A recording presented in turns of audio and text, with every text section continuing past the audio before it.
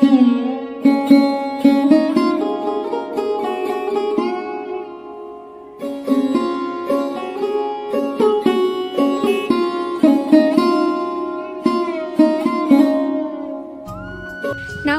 আমার প্রিয় বন্ধুরা, কি অবস্থা, কেমন আছো তোমরা সবাই? আশা করছি যে যেখানেই আছো সকলে ভালো আছো এবং সুস্থ আছো। মেদিনীপুরের এই ছোট্ট গ্রাম থেকে আমি মৌ, আমার চ্যানেল অভিনব ক্রিয়েশনে তোমাদের সকলকে জানাই আবারও একবার অনেক অনেক স্বাগত, অনেক অনেক ভালোবাসা। আর বন্ধুরা, তোমাদের জন্য রয়েছে একটা ছোট্ট সুন্দর ভিডিও, আর পুরো ভিডিওটা না স্কিপ করে সম্পূর্ণ দেখার অনুরোধ রইল তোমাদের কাছে। আর দেখো বন্ধুরা, সকাল থেকেই আমি মাঠে চলে এসেছি। মাঠে কি করতে এসেছি বলো তো? এই যে দেখো, সজনে শাকের খেতে এসেছি। আর জানো তো বন্ধুরা, সকালে বাসি কাজকর্ম তোমাদের সঙ্গে শেয়ার করলাম না, আর তাড়াতাড়ি করে দেখো আজকে কিন্তু সূর্য মামা তাড়াতাড়ি উঠে পড়ছে। আর এটা যদিও অনেক দিন আগে করারই ভিডিও, অনেক দিন তোমাদের সঙ্গে ভিডিও শেয়ার করতে পারি না, কিছু কিছু ক্লিপ ছিল সেগুলোই তোমাদের সঙ্গে আমি আজকে শেয়ার করছি। দেখো, এটা আমাদের বাড়ির সামনেই, মানে একটু দূরে এই সজনি ক্ষেত্রে না আজকে লাঙ্গল করে দেওয়া হবে। ওই এটা না সব ক্ষেত দেখো কেমন রোয়া হয়ে গেছে, কিন্তু এই ক্ষেত্রে না এখনও রোয়া বাকি রয়েছে, মানে ওই ধান গাছ রোয়া। তো ওই ধানের গাছ লাগানো এখানে হবে, তার জন্য এই ক্ষেত্রে না আজকে লাঙ্গল করে দেবে। আর তার জন্য আমরা সবাই এই ক্ষেতের সজনি শাকগুলো আজকে তুলে নেব, ফ্রিতেই তুলে নেব। তাই কত আনন্দ জানো তো, সবাইকে ডেকে ডেকে নিয়ে আসছি এই সজনি খেতে সজনি শাক তোলার জন্য। এক্ষুনি দেখছো আমরা 2-3 জন গুটি কয়েক তুলছিলাম, একটু পরেই দেখতে পাবে পুরো ক্ষেত ভর্তি লোক হয়ে যাবে, সবাই কিন্তু সজনি শাক তোলার জন্য আসবে। বন্ধুরা, আমার কিন্তু সজনি শাক তুলে নিয়ে আমি চলে এসেছি বাড়ি। আর এই যে দেখো, দুটো ঠাকাতে পুরো ভর্তি করে, এক গামলা পুরো ভর্তি করে সজনি শাক তুলে নিয়ে এসেছিলাম। আর দেখো, সজনি শাক তুলতে তুলতে তো অনেকটাই বেলা হয়ে গেছে, তোমরা তো দেখতেই পেয়েছিল সূর্য কতটা মানে প্রখরভাবে উঠে পড়েছে। তবু যদিও বেশি বেলা হয়নি, তবু 8:30 মতো বেজে গেছে। তো যাই হোক, অনেক কাজই বাকি রয়েছে সংসারের, তার জন্য কি বলতো এখনও চান সারা হয়নি, যেহেতু মাঠে যাবো তার জন্য কিন্তু চান সারিনি। আর এসেই দেখো, আমি এই যে জামা কাপড়গুলো ভিজিয়ে রেখেছিলাম ওইগুলো সবগুলো কিন্তু কলপাড়ে নিয়ে চলে এসেছি। আর এই যে ভাত রান্না করার হাঁড়িটাও নিয়ে এসেছি, সব কিন্তু একেবারে ধুয়ে টুয়ে মেজে তারপরে স্নান সেরে তারপরে যাব হচ্ছে পুজো দিতে। আর খাওয়া দাওয়ার তো কাজ রয়েছে, আজকে আর মুড়ি খাওয়ার জন্য কিছু বানালাম না, বড়মশাইকে বলেছি একটু চপ আনতে, চপ দিয়ে আজকে মুড়িটা খাওয়া হয়ে যাবে তার জন্য। আর এমনিতেই দেখতেই পাচ্ছ কতটা বেলা হয়ে গেছে। তো দেখো বন্ধুরা, এখন আমি জামা পোশাক মানে বাবাইয়ের পোশাকগুলোই আজকে ধোবো। তো দেখো, এই যে সকাল থেকে কিন্তু রোদটা বেরিয়েছে, তো যাই হোক আজকে কিছু পোশাক বাবাইয়ের ধুয়ে দিলাম। তারপর দেখো, ভাত রান্না করার হাঁড়িটাকে ছাই দিয়ে ভালো করে মাজছি। আর বাবাই এসে না শুধু ডিস্টার্ব করছে। দেখো বাবাই, আমি যদি কলপাড়ে আসি না, বাবাই কিন্তু কলপাড়ে চলে আসবে জানো তো। আর ও এসে কত রকমের কাজ দেখাবে জানো, ওই সব কাজগুলো আমার করে দেবে। তো যাই হোক, তো বাচ্চা মানুষ যেগুলো আমরা করব সেগুলোই দিয়ে ও অনুসরণ করার চেষ্টা করবে।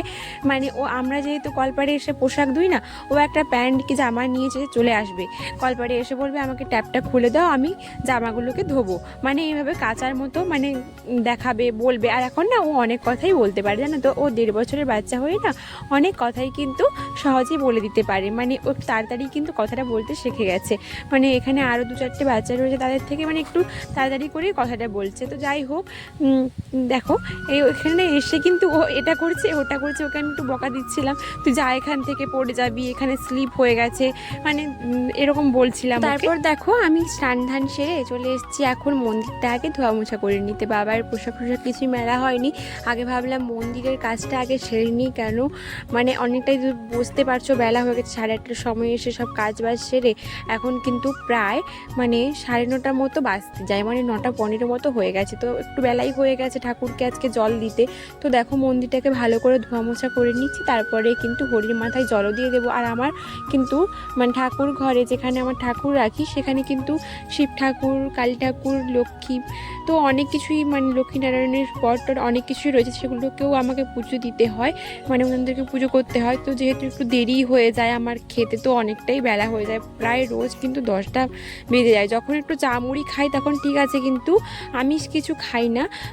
যখন অনেক সময় কী করি, চা মুড়ি বা চা বিস্কুট খেয়ে নিয়ে একটা তুলসী পাতা মুখে দিয়ে দিই, তারপরে কিন্তু পুজোটা দিয়ে নিই আমিষ কিছু না খেয়ে। তো এভাবেই কিন্তু আমি করি সব সময়, অনেক সময় মানে বেশিরভাগটাই না খেয়ে পুজো দেওয়ারটা চেষ্টা ঠিকঠাক করি, যখন এতটা বেলা হয়ে যায় তখন কিন্তু এরকমভাবেই করি, কিন্তু আজকে কিছু খাওয়া হয়নি সকাল থেকে। আর দেখো বন্ধুরা, তোমাদের সঙ্গে গল্প করতে করতে এদিকে আমার অনেক কটা কাজই হয়ে গেল। দেখো মন্দিরটা কিন্তু পুজো দিয়ে তারপরে কিন্তু ঘরে ঠাকুরদের পুজো করে এখন চলে এসেছি এই জামা পোশাকগুলো মেলবো। তারপরে দেখলাম কি এখানে চালটাও রোদে ফেলানো ছিল, ভালো করে মেলানো ছিল না, একটু অল্প মানে রোদ ছিল না তো ভালো করে, তার জন্য কিন্তু অল্প একটু জায়গায় মেলানো ছিল, সেটাকে আমি একটু ভালো করে চালটাকে মানে ওইটা মুড়ির চাল ওটা ধোয়া হয়েছিল, তো ওটা ভালো করে শুকনো হচ্ছিল না বলে আজকে রোদ বেরিয়েছে বলে আজকে রোদে দেওয়া হয়েছে আবার। তো দেখো ওটাকে আবার ভালো করে মিলিয়ে দিয়ে আবার দেখো এই যে তারটাতে বাবাইয়ের পোশাক, আমার শাড়ি, এগুলো সব কিন্তু মেলে দেবো, তারপরে খাবো মুড়ি।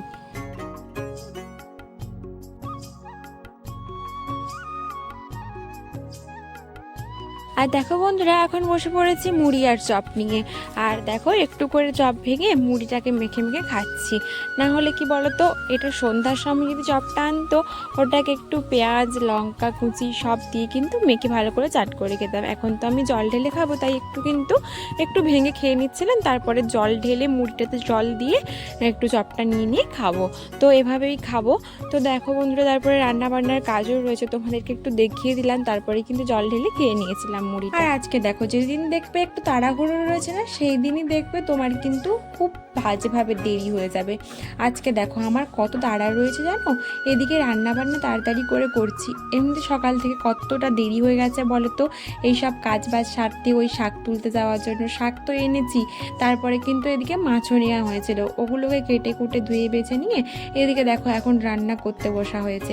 আর উনুনটা কিন্তু একেবারে সাই দিচ্ছে না, শুধু মানে ধোঁয়া হচ্ছে। আর ওই যে দেখো চোঙা, ওইটা দিয়ে আমরা ফুঁক দিই, যখন না উনুন জ্বলে না তখন ওই চোঙাটা দিয়ে কিন্তু আমরা ফুঁক দিই। ওই যে দেখলে আমি উনুনে ফুমাচ্ছিলাম, তো ওইটা আমাদের মানে বাঁশ দিয়ে তৈরি করা হয়। তো যাই হোক, আজকে তোমাদের সঙ্গে রান্নাটা শেয়ার করতে পারলাম না, কেন বলো তো, আজকে আমি এই যে দেখো এখন এসেছি মিটিংয়ে, আমি তোমাদেরকে রান্নাটাও দেখাতে পারলাম না, রান্নাটা যে আমি করে তোমাদেরকে সব কিছু দেখিয়ে দেবো সে সময়ও আমার হয়নি। আর যেহেতু স্ট্যান্ডটা ভেঙে গেছে না, সেহেতু আমার মানে ফোনটা সবসময় আমার কাছে রাখি না। তো তারপরে দেখো এদিকে হচ্ছে আমি এখন এসেছি মিটিংয়ে, আমাদের এখানে চাঁদকুড়ি বলে একটা জায়গা, মানে আমাদের এখানে অঞ্চলে কিন্তু এখানে মিটিং হয়, গ্রুপের মিটিং। তো এটা না আমাদের ওই যে সহসহায়ক দল রয়েছে ওরই মিটিং হচ্ছে এখানে। তো একটু মানে ওটা দুপুর করে হচ্ছিল, 1টার থেকে এসেছিলাম, কিন্তু 2-3টের দিকে নাগাদ শুরু হয়েছে, তো 3:30-র দিকে বাড়ি চলে গেলাম, তারপরে এদিকে মিটিং সেরে। আর এদিকে হয়েছে আমার একটা বরবটি গাছ আর একটা শিম গাছ ছোট্ট মতো, তো ওইগুলোকে আমাকে ওপরে তুলতে হবে। তো ওগুলোকে না একটু ভেড়া দিতে হবে, মানে ওগুলোকে একটু মানে বাঁশের আগালি টাগালি দিয়ে একটু মাচা মতো করে দিতে হবে, তাহলে ওগুলো না খুব সুন্দরভাবে বেয়ে যেতে পারবে। তো এখানে তো মাচা করা সম্ভব নয়, আর এখন না মাচা দেওয়ারও মানে কারোর আগ্রহ নেই, তার জন্য আমি কিছু বাঁশ কঞ্চি টঞ্চি এনে দিচ্ছিলাম, বাবাকে বলছিলাম তুমি প্লিজ একটু মানে এগুলোকে পুঁতে দাও, আমি তো মানে কোদাল কুড়ুল এসব চালাতে মানে ভালো পারবো না আমরা মেয়েরা। তার জন্য বাবাকে মানে অনেকটা বলে টোলে, তো বাবাও এখন চাষের কাজে খুব ব্যস্ত থাকছে, তো তার জন্য কিন্তু খুব খাটনি হয়ে যাচ্ছে বাবার। তার জন্য বাবা বলছে আমি এসব কাজে এখন লাগতে পারবো না।